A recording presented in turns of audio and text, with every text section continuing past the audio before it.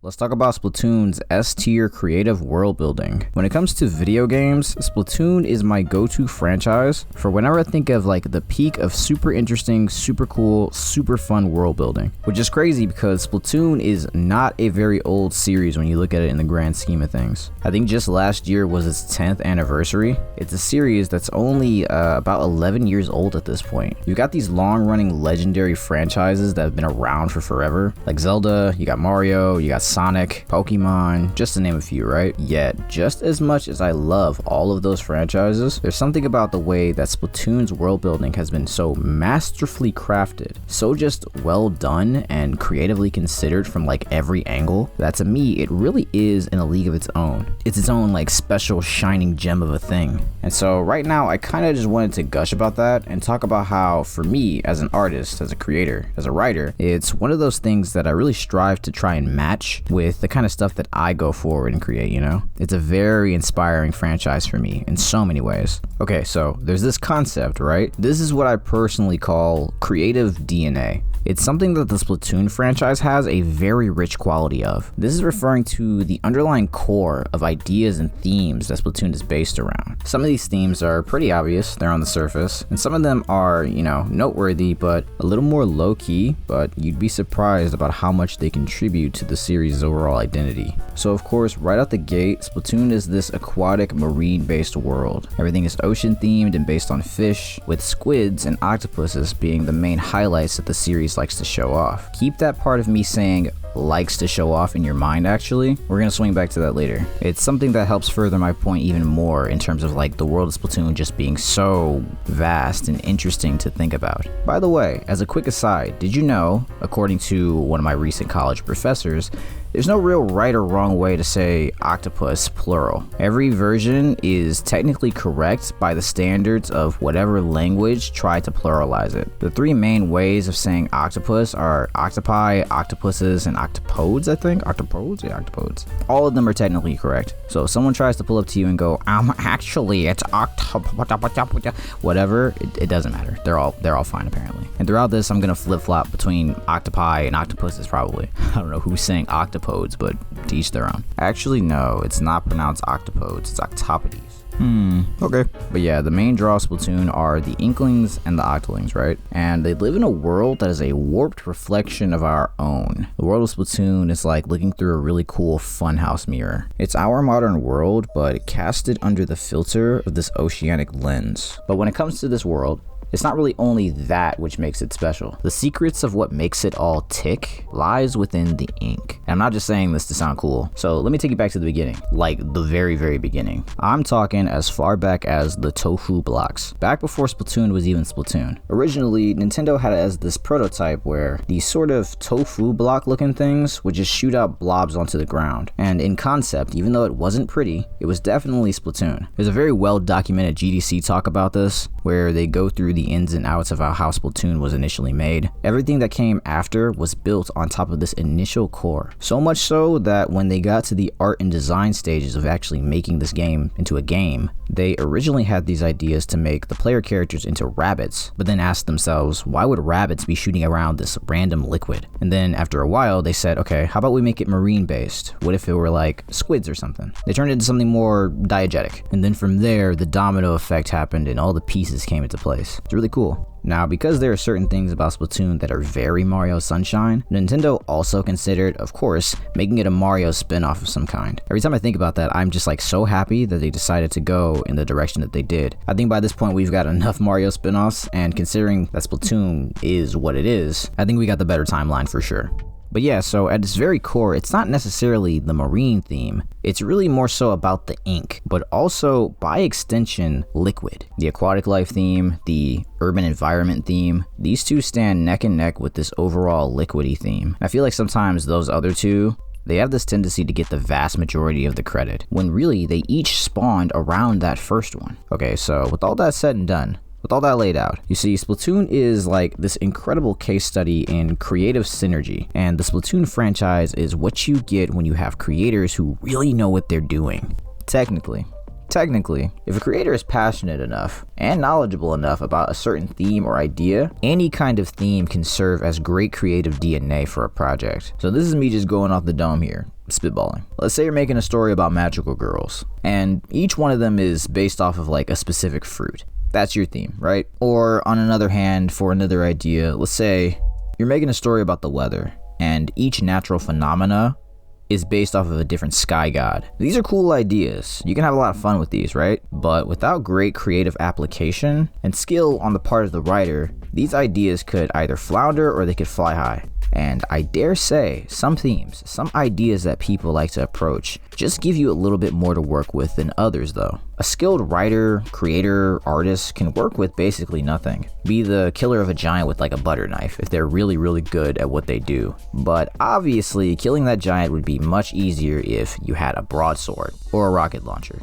And so all of this is to say that Splatoon as a franchise has like all of the above. Some of the ideas that they have picked are flat out genius. Some of the ideas that they have picked are like pretty generic and you'd be surprised about how one note they are. Some of them, I'm not gonna lie, I think are kind of stupid. But then combined with all of that, you have the people who are behind the project that are making it all come together and making it all work. So let's break this down some more and have some fun with this even further, right? So with this concept of creative DNA that we got here, there's always this game of push and pull that you're playing. On one hand, you set things up and you let the story be what it is from what you want. But on the other hand, the idea that you picked kind of informs your writing and tells you what to do. Depending on how well a writer balances out these two push and pull elements, the story, the creative project, whatever it is that you're doing, it comes out a certain way. And so the folks behind Splatoon at Nintendo really have a good lockdown of this kind of concept. After all, I just explained an example of where this occurred. When they were first making Splatoon, they let the tofu blocks and their liquid idea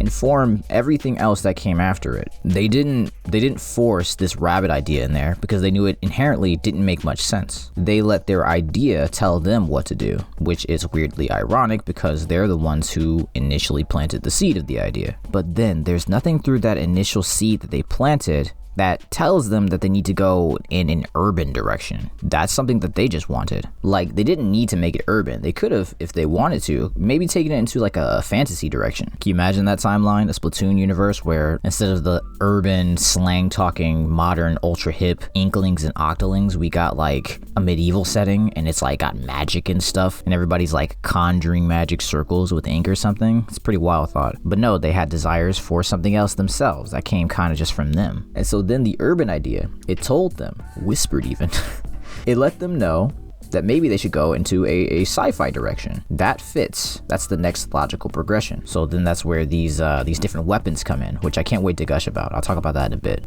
That's one of Splatoon's greatest, most interesting world building elements. The designs for these weapons are just, oh my god, they're peak. But yeah, you got the Octolings with their heavy machinery and big robotic bosses and all the cyberspace stuff that goes on within like the Memverse, you know, in side order. So you see what I mean? There's this push and pull, this back and forth, and ebb and flow. And they're really good at it, and that's one of the most definitive places where the magic happens. From the get-go, they really just know what kind of seeds to plant, and then how to roll with them, and then how to grow them properly, and then how to connect the dots with them. But like, most of all, over there at Nintendo, they really just seem to understand the power of good old-fashioned imagination when it comes to this stuff, and how to have fun with it all, which you'd think would be a no-brainer for everyone, but you'd be surprised. It feels like a lot of people can just like forget the basics of that. So let's talk about that liquidy fluid theme again, because like I was saying before, I think it's kind of funny that the marine life themes and the urban themes kind of have this little effect where they overshadow this, considering that the lifeblood Splatoon truly is here. And through the ink and the way that this world utilizes ink and liquid, you get the most fascinating, coolest elements of this world. Because in this world, ink is used like, I feel like it's analogous to something like, almost like electricity, because everything runs on ink, but like not in a way that's too tacky or corny. It's like really gracefully implemented. It's always done in doses of the right amounts. and the diversity and the variety in which that they allow for these Inklings and Octolings to be using it. I'm always surprised by how, well, I guess by this point I'm not so surprised, but I think it's so interesting how even when they go into territories that I generally don't expect for them to go into, I find myself to be always on board just from the sheer creativity and coolness of what they do. I feel like the single player modes, those are where you'll see like the world building, the technology. It's where a lot of this stuff really blossoms. You'd think it'd be in the multiplayer, but as someone who has been playing Splatoon since day one, like the first game, 10 years ago, many of us were begging for them to implement a lot of stuff in the single player into the multiplayer. And so when Splatoon 2 rolled around, they did, and it was really cool. Things like ink rails, propellers, sponges. Oh, sponges are so cool. Even still, I wish they would implement like way more, but a lot of that stuff can get pretty chaotic, so I'm sure it takes a lot of consideration to make sure it's like balanced and whatnot. But yeah, with a lot of these technologies, it really shows the amount of layers that the Splatoon devs have really thought about when it comes to the ways they want to utilize ink. This is why I kind of, even a little uncomfortably so, I keep saying the word fluid or liquid. Ink, it's obviously not water, but really it's them playing around with just like that state of matter. Like they use the different viscosities of liquid very often and in very creative ways. Like they don't at all shy away from the possibilities of using thicker liquids, not just like thin liquids. The thickness of how they use ink and other liquids that are akin to ink, it plays a pretty big role and acts as a really good world building element that helps flesh out a lot of cool things. Like Toxic Mist is just ink but in a gaseous state. It's still the same material, it's still ink, but now it's a cloud in the same way that, like, you know, obviously rain clouds are made out of water. Also, you know, like Inkstorm, like the special Inkstorm it's literally just a cloud in the sky that rains down ink. Or also the way they understand that, you know, liquid is very dangerous at high pressure and at high volumes. The most dangerous, underrated natural disaster is flooding around the world. It's very overlooked because most people don't really think about water. It's not very flashy when it comes to natural disasters. They always jump to the most extreme stuff, which is actually usually the least common stuff, like volcanoes or earthquakes. That all depends on your location. But flooding happens everywhere and all around the world. When you concentrate water to very high pressures, it becomes sharp. Its nature becomes blade-like. You'd be surprised about what it can cut through pretty easily. This is where you get crazy enemies like the Flutter, which are like crazy death machines that rain ink down at high pressures, or the Stingray, which, you know, shoots out a giant laser of ink. And so like the inkfish themselves are like wild inkmancers. Like if you think of like characters who use water in other types of like media, right? The water character is rarely the character who is doing a lot of damage, despite the fact that they should be, because, well, as we can see in Splatoon, there's so much potential here. Maybe in something like Avatar: The Last Airbender, we get the actual true potential of like the kind of stuff you can do with water, you know, with like the blood bending and the tidal waves and stuff. But that's not common. In Splatoon, the inkfish are dashing around using ink for propulsion and stuff. They're super jumping from location to location with like the just general sheer force that apparently they're allowed to be able to create from the ink. It's like, what? I remember the first time I saw a splashdown back when Splatoon 2 was revealed. And I I didn't know what I was looking at. I lost my mind. It was so cool. And that moment was like when I first sort of knew the nature of what the Splatoon devs were like truly like. Because like Splatoon 1 was obviously like this massive miracle because it flourished on the Wii U, which was a dying console. So like when Splatoon 2 came out, we knew it would probably do well even further, because if it did well there, of course it would do well on a much more popular console. But still, we were like, what kind of things are they gonna do? This is always kind of the question with stuff like this, especially if something's brand new. It's like, balls in your court, what do you want to give us? Like, you can do anything, go in any direction. What are your visions here? And to see that they just went for like the absolute most rule of cool kind of thing ever, rather than playing it safe or doing something that's a little bit more low key, or bottom line, it just showed me that the Splatoon devs themselves are just as big of fans of Splatoon as we are, which we could kind of sense from the get-go. But going from 1 to 2, that's where I knew these guys are far, far from lame. But yeah, splashdowns are sick. Booyah bombs are also so ridiculous. Like, yeah, of course they can just charge spirit bombs, because why not? Ink armor is really cool too. That's like a just general skill, I guess, that the inkfish have. They can just coat themselves in ink, and I guess it's like, maybe they changed the viscosity of it, it's like a little denser, so it's harder to cut through. But yeah, they understand the wide application of liquid overall, you know? So this leads me to talking about the weapons, because I feel like the weapons are where we get the real most out of everything here. Now, the specials are connected to the weapons, just like with the sub weapons. And I've already talked about the specials a bit, but the main weapons are especially the cream of the crop here. And this is also where I feel like their decision to make Splatoon urban inspired really pays off. But like, Splatoon has this thing where the weapons have this really cool motif of using real world random everyday objects in their construction. And a lot of the times they're generally art focused. There are so many good ones that I want to talk about that I'm actually having trouble picking where I want to start highlighting these weapons. But I guess an appropriate start would be naturally at the very beginning. So let's start with the humble splatter shot. I'm gonna lump in chargers with them as well. So like in the very beginning, the original trilogy was splatter shots, chargers, and rollers. But like, splatter shots and chargers are more similar to each other than they are to rollers. Rollers also have like similar design motifs inside of them if you look closely, but I feel like rollers are so unique in and of themselves that I'm gonna talk about them a little separately. So like, overall, Splatoon has this like paintball fight, water gun fight kind of theme going on. Splatoon is a very tropical, summery kind of game, which is natural because everything's very marine life themed, everything's very poppy and colorful. So the most standard of weapons are these like water gun like weapons, which are the splatter shots and the chargers. And it's something that I've always thought was so cool and so clever, considering that, you know, most shooters are pretty criticized for being hyper violent or a little too realistic for their own good. I feel like, of course, here comes Nintendo with their own weird little spin on the shooter genre that essentially anyone could get into. But then I think the roller is where I was finally truly sold on the concept of Splatoon being what it is. I think the roller is where Splatoon's first nugget of being truly different than those other guys really begins to shine. I mean, what more do I have to say? It's a giant paint roller. I just wish that honestly in game we had more rollers that like actually rolled, because in Splatoon it's one of the many melee weapons and you're rarely ever rolling, despite how fun rolling actually is in the game, because it's just not viable.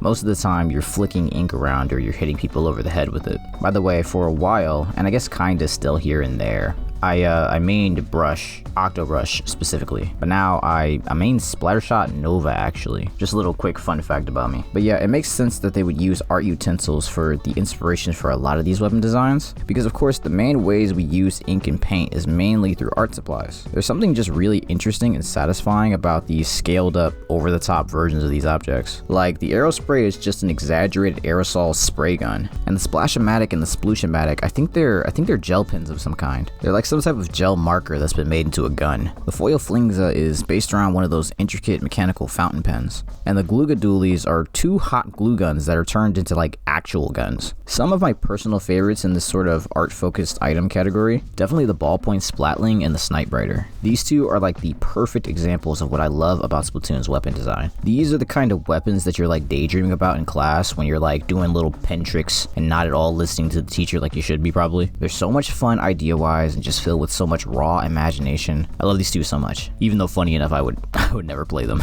But yeah, the ballpoint is obviously a giant ballpoint pen, but instead it's a gun. Are you noticing a pattern here? Yeah, it's a giant machine gun. Super cool stuff. And then the Snipe Rider is a sniper rifle, but it's also, well, this one gets pretty intricate actually. So it's a colored pencil, but it's also, I think, attached to some kind of protractor, and like it shoots out the lead at the tip as like pellets of ink. Another one of my favorite categories of Splatoon weapons are the ones that generally have to do with like objects that either have to do with holding liquid or just in general, I guess, interacting with liquid, or at the very least something that's like akin to liquid, like what I was saying before about how they like to mess around with things of different viscosities and stuff. So I think that many of the sloshers are pretty unremarkable. The novelty's already baked into the fact that you're fighting with a literal bucket. So when I say unremarkable, I mean like unremarkable by Splatoon standards. and they all look kind of the same, but there are a couple standouts. Now, the Explosher is definitely one of the most flashy ones, which I'll talk about in a second, but personally, I really like the Dreadringer. It's one of my favorites because I really like having that aha moment of like seeing what objects they use next, and I was like, oh, it's a janitor's bucket. That's pretty cool. And like similar to the Snipe Rider, it's a mix of creative design and gameplay functionality there. So like with the Snipe Rider, you get 5 shots after you charge it, and once you use those shots up, it's like you got to sharpen your lead again so that it's good again. And so like with the Dreadringer, famously, janitor's buckets, they have like the 2 different pouches for water, different kinds. You know, you got the clean water and you got the dirty water, or maybe you got some kind of like cleaning fluid or some type of, I'm not a janitor.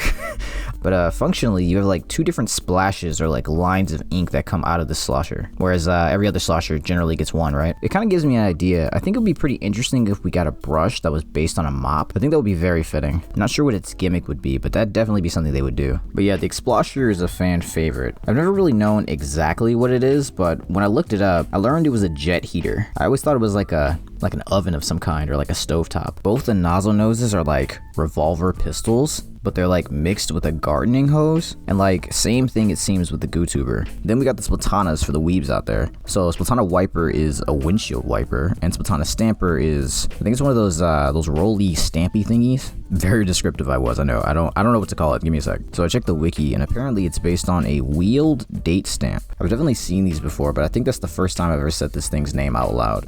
So we can go on and on and on, and it's been fun. But considering that I was just talking about Splatanas as well, I think the one I want to end on is talking about the Decapitators. For some reason or another, this one especially shocked me when it first dropped. There's a lot baked into this one. I think also because it's just so strong. So like normally Splatanas, they swipe from side to side, but for their charged attack, they swipe with like a big vertical slash, but like every attack that this one does is horizontal, even the charge slash. It's like the really heavy, slow Buster Sword of Splatoon. I say that, but it's not really that slow. But like, so that's its gimmick, right? But like the genius synergy of this weapon's design and function comes from the fact that it's an electric toothbrush, and when you're brushing your teeth, of course, you brush it from side to side, or at least I hope you do. And then of course the name, Decapitator. It's just so cool. These guys are crazy, man. But yeah, all these weapons are nuts. There's so many that I skipped. Like Squeezer is like a Coke bottle, which I really love. I didn't even talk about Big Swig. I love the Big Swig. Big Swig is like a cup. It's like a roller that's a cup, but also it's like a big straw. There's just too many, every single one of them. And whenever they drop a new weapon type or a new like variant of a weapon, I'm always looking for like, what kind of object is this? What did they do here?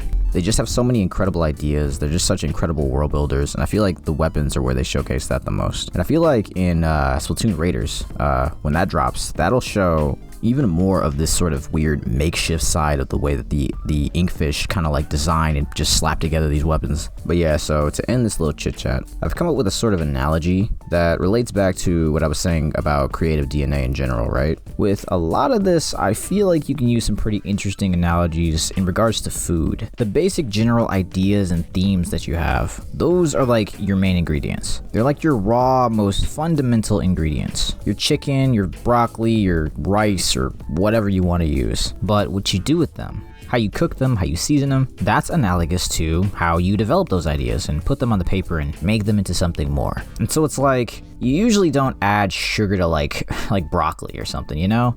Usually you season broccoli in more of a savory kind of way. So again, the initial idea or the ingredient that you have will inform what you do with it. But also, maybe just as a creator, as a chef, as an artist, you'll just get some funky idea and it'll work. And the Splatoon devs, as I've said for the 50th time here, it feels like, they really understand the balancing act of all of this. And seeing them work their magic, especially to me, it's all just very inspiring. And so speaking of which, that's pretty much all I got to say.